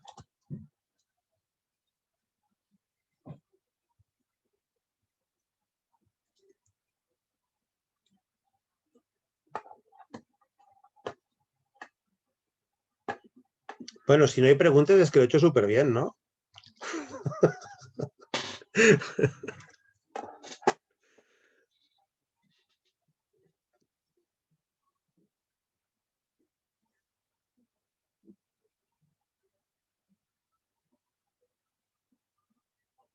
Pues gracias, Cassandra, que me dice, sí, todo muy claro. Digo, bueno, a mí ya me va bien decirlo porque a veces es difícil medir, sobre todo con estos cursos así.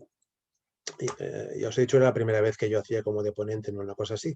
Y para mí es difícil saber si estoy yendo excesivamente lento y por lo tanto os la estáis aburriendo, o excesivamente rápido y a lo mejor no estáis entendiendo nada. Para mí es difícil calibrarlo, pero gracias por el comentario.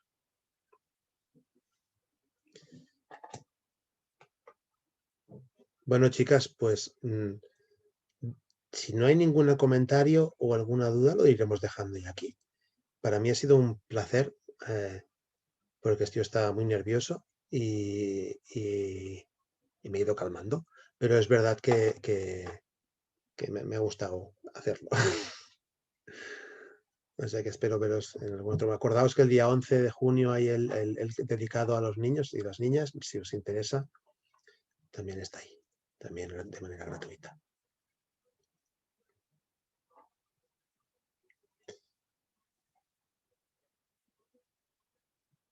Bueno, pues chicas, pues si no hay ninguna pregunta, si queréis, lo dejamos aquí y el vídeo quedará grabado y así si queréis, si posteriormente hay alguna pregunta, se puede hacer a través de la página de la asociación, supongo, y si me llega yo contestaré. ¿Vale? Espera, voy a dejar de compartir. Ya está. Pues chicas, ¿nos despedimos aquí entonces?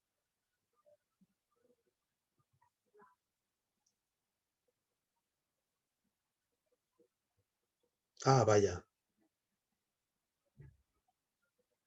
Ahora voy más rápido. Un placer igual con todas y nos vemos. Bueno, un saludo a todo el mundo y nos vemos en otra charla. Te has perdido un trocito. Bueno, lo verás en YouTube. Exactamente. Qué lástima, el tema de la conexión a veces, ¿eh? Es un rollo. De nada. Me dice que mil gracias por tu buen hacer. Digo, de nada.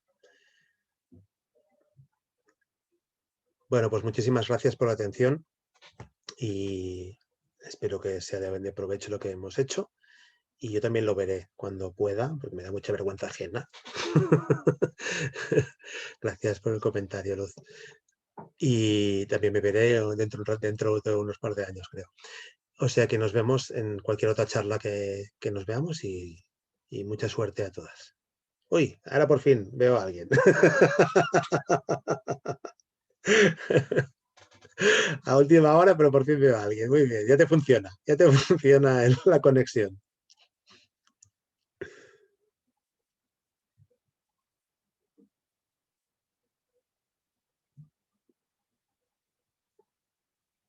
Bueno, Luz, ¿tienes algún comentario, alguna pregunta ahora? No, vale, vale. Vale, vale, vale. Pues muchas gracias. Pues mucha suerte y nos vamos viendo y hasta otro día, ¿vale? Venga, muchas gracias. Hasta luego.